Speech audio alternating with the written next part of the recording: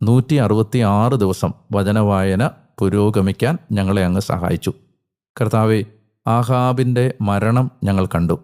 ദൈവ കൽപ്പന, മിഖായ എന്ന ദൈവത്തിൻ്റെ വിശ്വസ്ത പ്രവാചകനിലൂടെയുള്ള ദൈവിക ശാസനയെ അവഗണിച്ചപ്പോൾ തൻ്റെ മരണം ആഹാബ് ക്ഷണിച്ചു വരുത്തിയത് ഞങ്ങൾ മനസ്സിലാക്കി.